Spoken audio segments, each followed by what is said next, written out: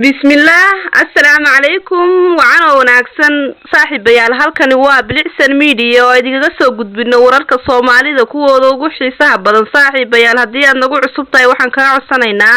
inaad subscribe noo saartid hadii aad horey noola joogtayna waan kaaga mahadcelinaynaa la joogistiina maanta waxaan rabnaa inaanu diirada ku saarno xaaladda caafimaad oo la yaray alfanaan la yaray oo bariyihii ugu dambeeyay laga dayrinayo galabta ayuu bartiisa Facebook ku soo qoray fariin ka turjumaysa xaaladiisa caafimaad oo walaac ku reebtay dhamaanba dadka shacabka Soomaaliyeed ee ku xiran waxaan doonaynaa inaan waraysi kala yeelano wariye Jaamac Jeey oo xaaladiisa caafimaad nooga warramo alfanaan la yaray soo dhaw Jaamac Jeey waa mahadsantahay Zuhura waad mahadsantahay walaalkay waxaan doonaynaa qadar daqiiqada inaan ku siino oo aad nooga faalaato xaaladda الفنان إلا يرى أبريه وجودن بيبا حالة عافماد ولا على موجيني هدي أنا أقول قراء فنان إلا يرى وحكم دي هاي فنانين تصوماليات كود لو جعل هاي وهي سيساء لو جعل هاي رنهانتي وحو مدة دور بلاد أهبكو حنو سنة يا مقالة نيروبي عاصمة دالكن كينيا إساقو حنون كالغا هلاي تحي سكر أو سوري داتي سيدو كلا وحالة شيئين حنون أدير أو حتى كسو عصبون هذا أو buraha kaga taala madaxa ama dhanka maskaxda la sheegay oo naqaliin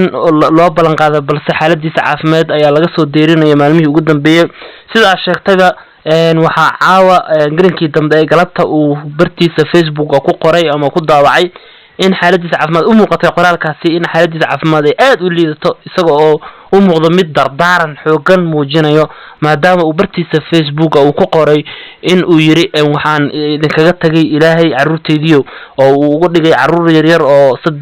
laba wiil iyo hal gabar oo uu dhalay oo uu asagaba uu noloshooda kaafin jiray sida uu sheegi jirayba oo uu u shaqeyn jiray oo ayaga dartood uu garab taagnaa runaantii xaaladiisa caafimaad waa laga deerinaya fanaanka bishii Ramadaan ay soo dhaaftay ayuu sheegay in uu san soomin gabi ahaanba fanaan la yare sabab la xiriira asaga oo qaba xanuunka sokorta ama macaanka oo uu aad u la liito uu san soomi karin balse uu sheegay in uu bixiyo cunto ama uu dad masaakiin ah uu quudiyo tahay Jaamac Jeey aad baad u mahadsan tahay faahfaahintaasi aad naga siisay xaaladda caafimaad ee la xiriirda alfanaan الفنان إلا يرى وأب صوماليات عرورتي سنة هوية أب وأه وحن وجرجينا إلهي سبحانه وتعالى إنه سيو عافمات دق عافمات كان إله بهيا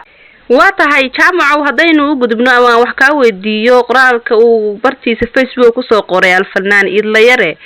oo walaa xun muujinaya Soomaalida ku xiran iyo shacabkiisuna ay si xoog leh uga diran celiyeen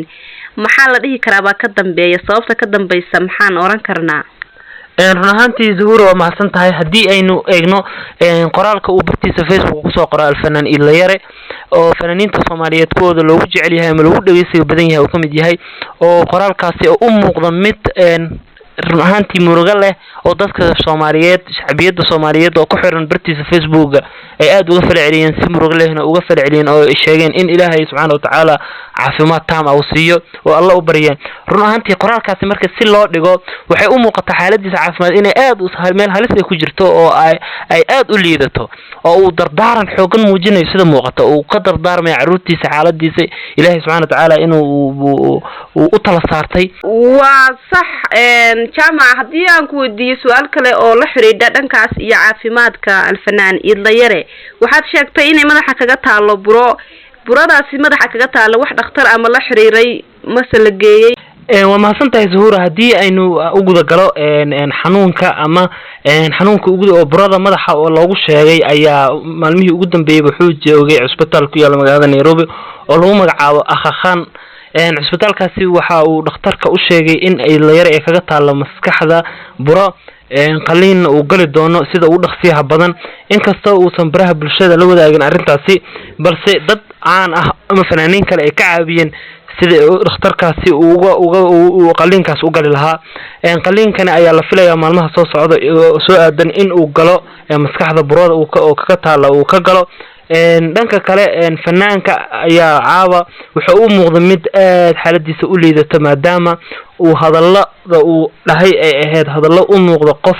يعني دردارن موجينيو أما xilligiisii ugu dambeeyay xaaladiisa caafimaad ee aad u liidato. jaamac jay ma kula tahay haddii alfanaan iidlayare taageerayaashiisa iyo shacabka Soomaaliyeed haddii ay u muujiyaan taageero buuxda oo lagula tacaalayo xaaladiisa caafimaad si loo geeyo dhakhtar ka baxsan wadanka gudihiisa ma la isdhihi karaa xaaladiisa caafimaad waa la tacaali karayaa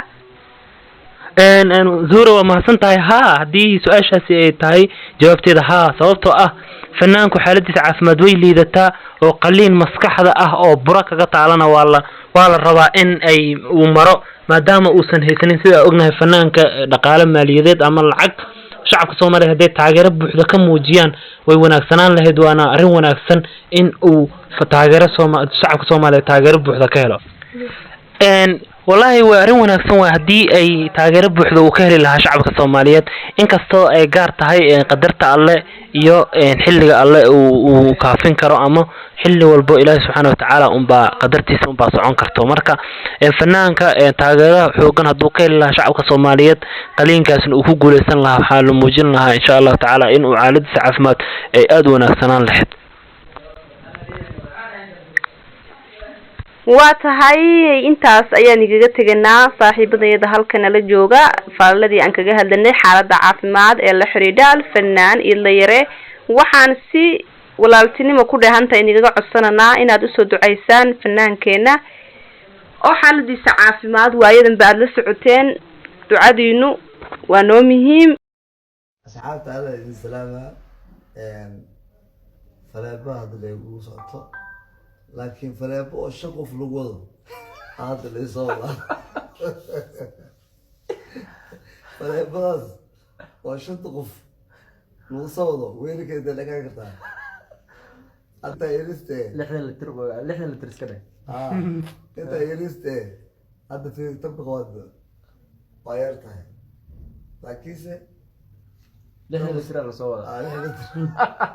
6 litir